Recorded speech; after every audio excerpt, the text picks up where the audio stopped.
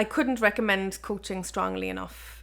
I interact with CFOs regularly and even people on my team. It's a small investment for a PE company for a very big return. At the end of the day, coaching will really help CFOs focus on the right areas. It really helps them take the time to step back, focus on what's right, focus on where the most impact can be made for the business. And I think it's a very small investment for a very big return. So for me, it's a no-brainer that anybody in a senior role like this should always have some sort of a coach or advisor, because as a CFO, you're never going to feel 100% comfortable with your CEO or with your peers or with the board or the investors, because it's by nature of the role, it's assumed you know everything. So just having that neutral person is really, really beneficial, I think. And I can't underestimate that it's a huge return for a small investment. I would say to any CEO, when you bring in a new CFO, the first thing that you should do is, sign them up for coaching.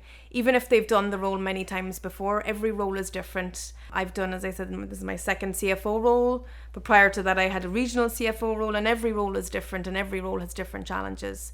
It's just taking the time out to focus, and having someone help guide you on that journey who is independent is unbelievably beneficial. And I would advise any CEO, whenever they hire a CFO, to make that budget for investing in their development. Because I had seen what I could get from coaching and what I had gained and the benefits that it had brought me, for me it was critical starting a new role in a new culture, a new country, with a completely new set of investors. It was really, really important for me to be successful in those first 90 days. So for me it was a no-brainer to have a coach to support me during that time frame, having done it before. And in my first role, I started coaching probably 10 months into the role and wished I had started it earlier. So the second time round I said, okay, this time I'm going to start it from the beginning.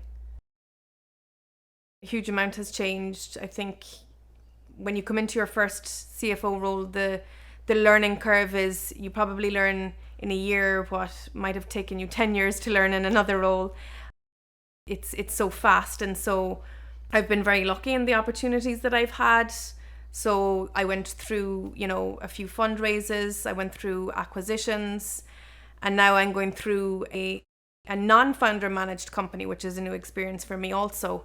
I'm very lucky that in each one of the scenarios I've experienced very different things that has really helped me to grow in my career.